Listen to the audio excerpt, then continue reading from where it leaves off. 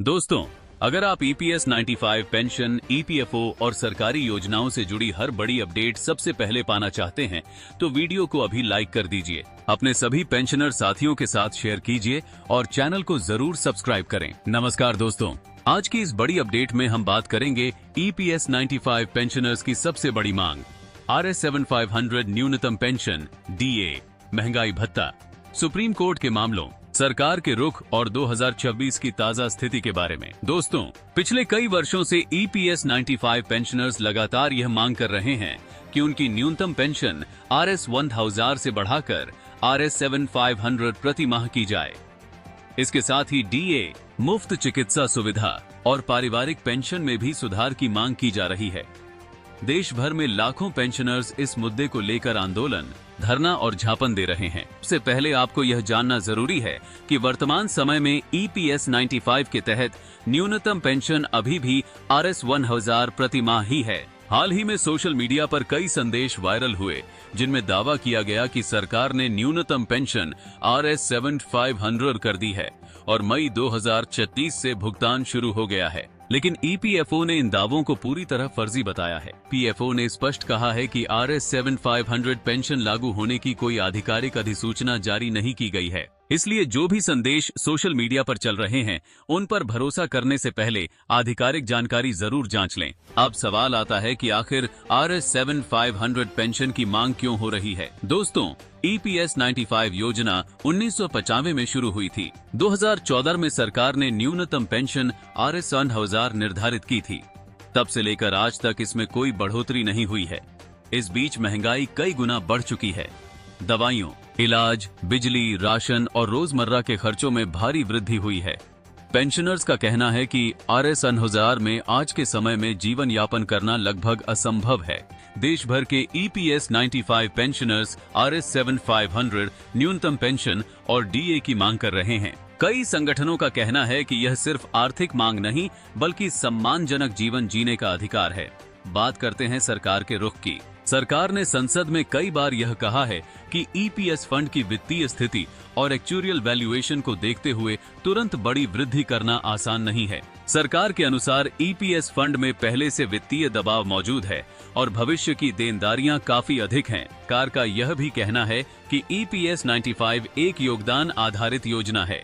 इसमें मिलने वाली पेंशन फंड की उपलब्धता और योगदान पर निर्भर करती है। यदि पेंशन को अचानक RS 1000 से RS 7500 कर दिया जाए तो फंड पर बहुत बड़ा वित्तीय भार पड़ सकता है। यही कारण है कि अभी तक सरकार ने RS 7500 न्यूनतम पेंशन को मंजूरी नहीं दी है।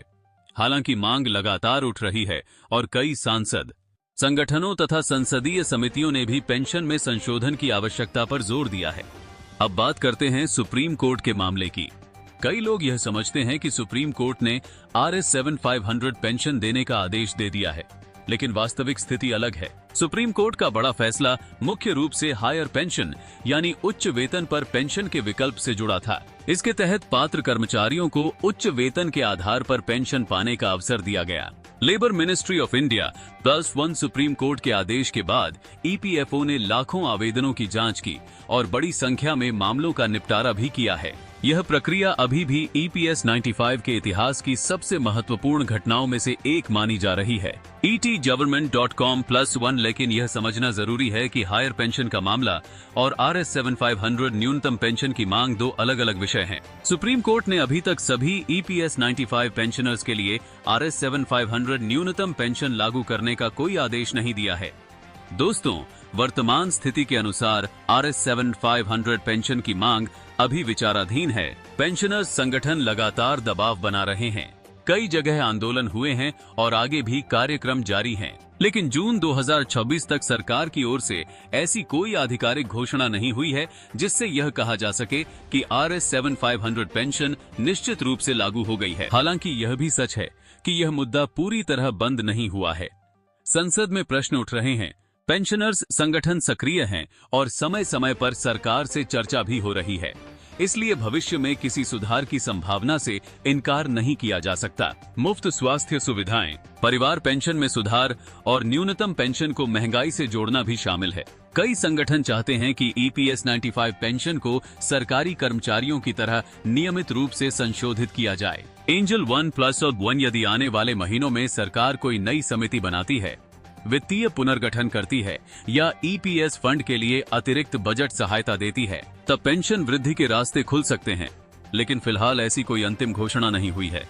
इस समय की सबसे बड़ी सच्चाई यही है, EPS 95 न्यूनतम पेंशन अभी Rs 1000 प्रति माह है।